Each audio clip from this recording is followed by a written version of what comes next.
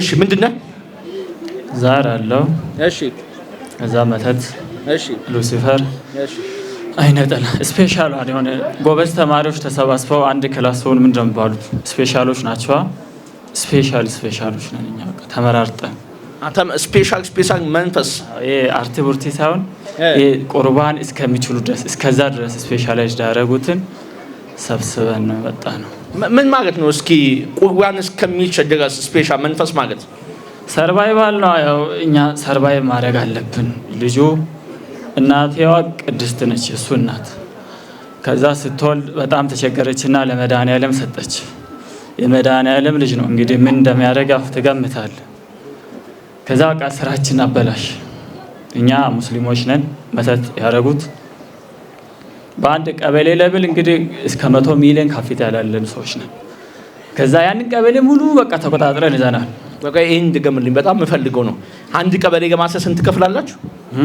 አንድ ቀበሌ ለማሰር አንድ ቀበሌ ሙሉ ህዝብ ይዘናል። እኛውን የምኖርበት ቀበሌ ማለት ይሄ ልጅ የምኖርበት ቀበሌ ሙሉ በቃ የተለያየ ንግድ የተባለ ማንኛውም ንግድ ባለሀብት ይመጣል፣ እንኮረኮረማለን፣ ይወርቃል።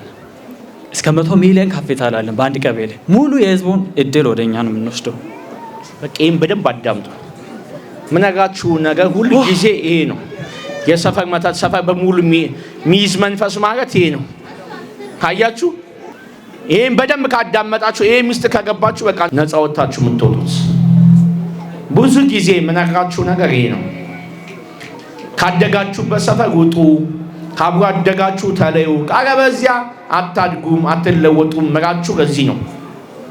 ሰፈር ይያዛል፣ ሰፈር ይታሰራል። ምራችሁ ይሄ ነው። እንዲህ አዲስ አበባን ሰፈሮች እየጠራን እኮ እዚህ እንደመሰሳለን። ለምን? ሰፈር ውስጥ የሚቀመጥ መንፈስ የሰፈሩን ህዝብ በሙሉ ነው የሚያደቀው። ጥቂት ሀብታም የሆኑት ብዙ ሰዎችን ድሃ አድርገው ነው፣ በመንፈስ ሰልበው ነው። ሌላ ምንም ጉዳይ የለውም።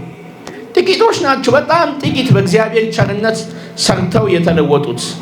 ብዙዎቹ ግን ብዙ ህዝብ ሰልበው። እንዴት ቀበሌ የሚያህል ህዝብ ትሰልባለህ?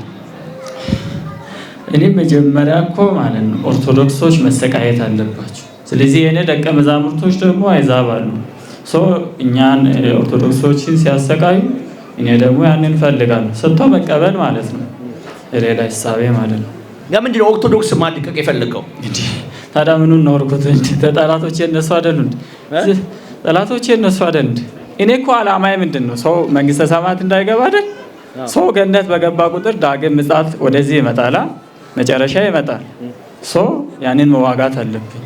በአንድ ድንጋይ ሁለት ወፍ ማለት ነው። በዚህ ኦርቶዶክስ እንትን እላለሁ፣ በዚህ ደግሞ አይዛ እንትን አይደለም። ኢትዮጵያ እንዴት ነው የምታያት? እንዴት ነው ያሳካት ኢትዮጵያ? ያየው አይደል? ማን አሁን ስለ ታቦት ማን ግድ ይሰጠዋል?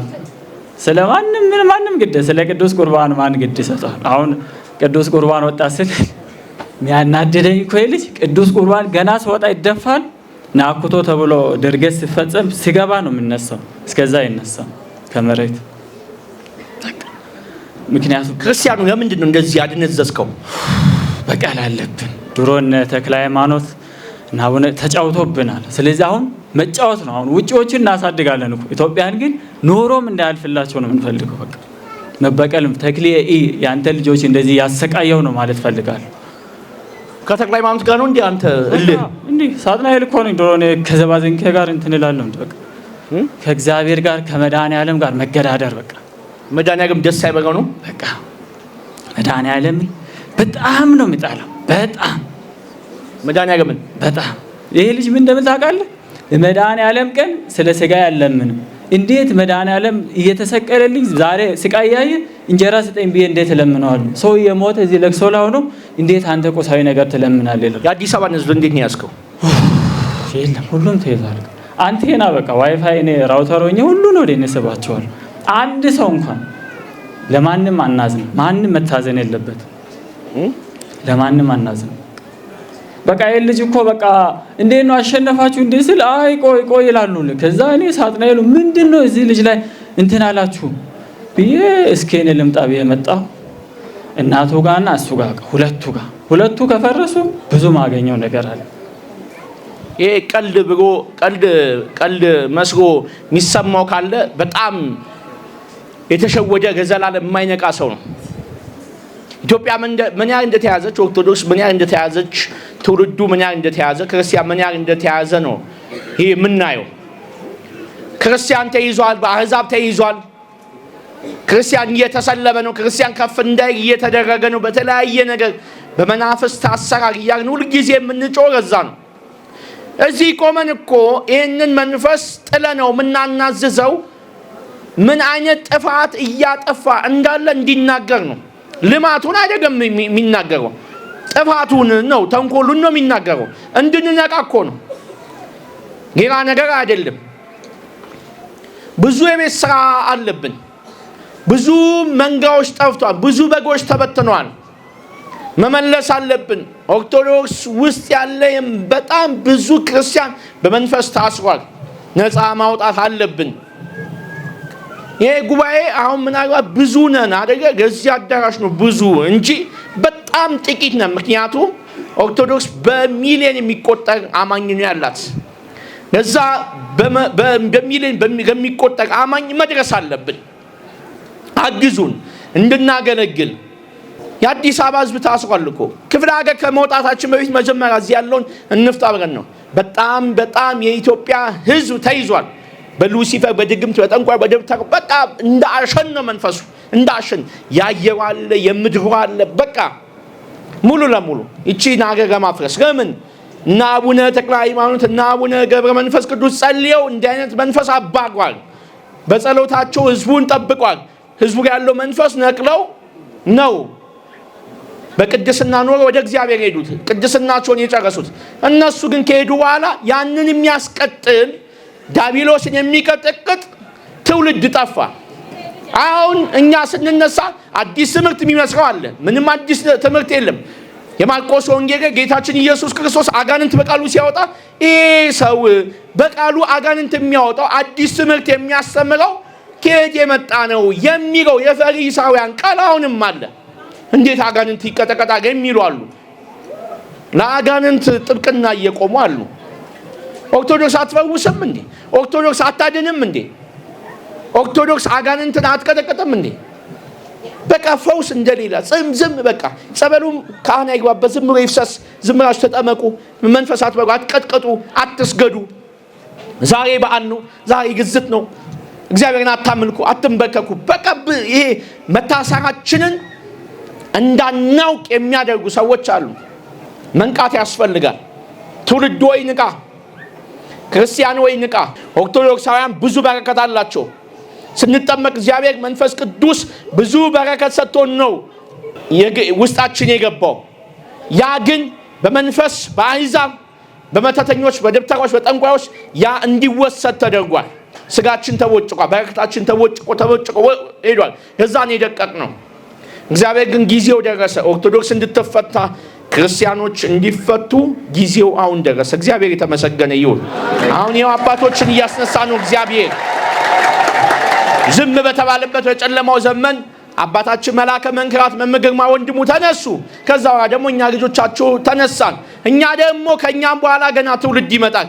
ኢትዮጵያን እግዚአብሔር አይተዋትም። በኢትዮጵያ እኛ ተስፋ አንቆርጥም። በኢትዮጵያ አምላክ በእግዚአብሔር ተስፋ አንቆርጥም። እስራኤልን ከፈርዖን ነፃ ያወጣ እግዚአብሔር እኛንም ከፈርዖን ከአጋን ከዲያብሎስ ነፃ ያወጣናል። እመቤታችን ድንግል ማርያም አትተወንም። እናምናለን። ታምናላችሁ? የእነ አቡነ ተክለ ሃይማኖት የእነ አቡነ ገብረ መንፈስ ቅዱስ ቃል ኪዳን ኢትዮጵያን ነፃ ያወጣታል። ፈርዖንን ይጥላል እግዚአብሔር። ዲያብሎስን ይጥላል እግዚአብሔር። ዘንዶን ይጥላል እግዚአብሔር። ሉሲፈርን ይጥላል እግዚአብሔር። መተቱን ይሽራል እግዚአብሔር። ኢትዮጵያን ነፃ ያወጣል እግዚአብሔር። ኢትዮጵያ ነፃ እስኪያወጣ ድረስ እንጋደቃለን፣ እንዋደቃለን። ደግሞ በእግዚአብሔር ላይ እናሸንፋለን።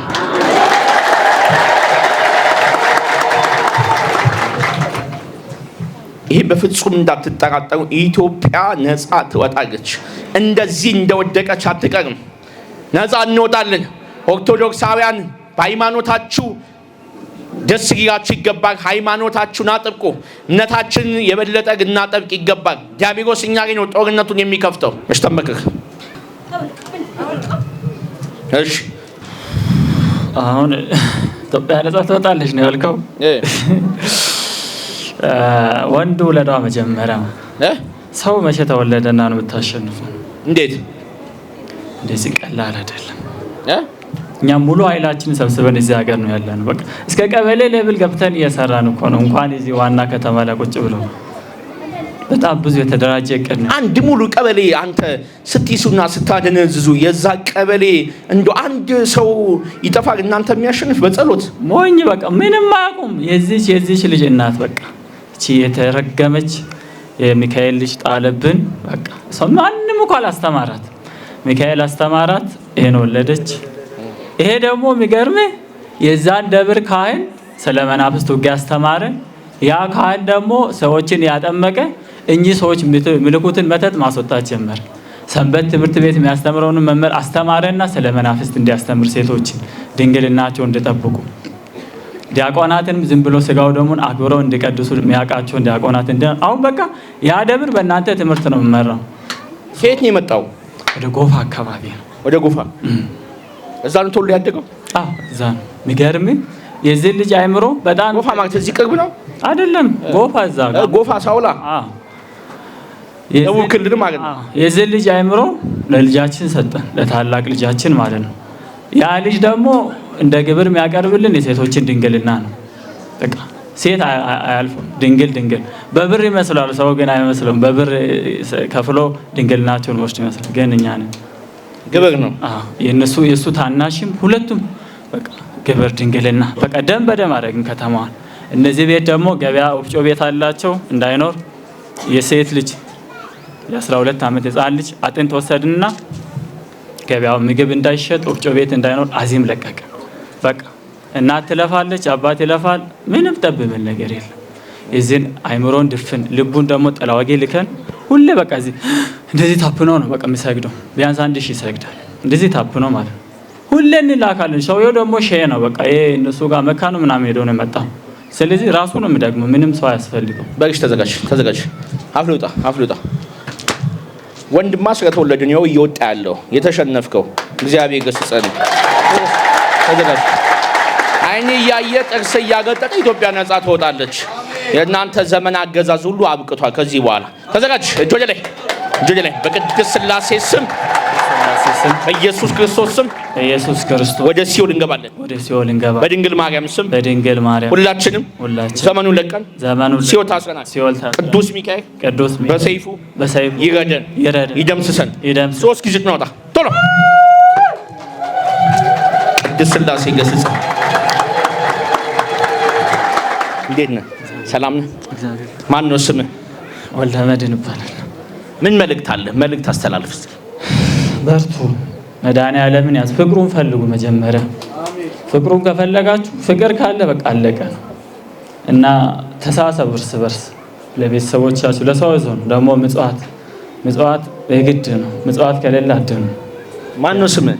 ወንዳጥር ይባላል። ከኛ መጣ ወደ ጎፋን አልፎ ገንዳንሳው መድኃኒዓለም ይባላል እኛ ጋር። እዛ አካባቢ ህዝቡን እያስተማርክ ነው?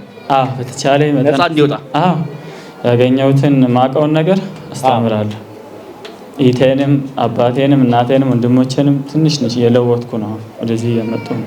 ሰይጣንና አጋንንት የምትቀጠቅጥበትን ጸጋ እግዚአብሔር ይስጥ። አይዞህ፣ ያን ህዝብ ነፃ እንድታወጣ እግዚአብሔር ይሹም። በንታ እሺ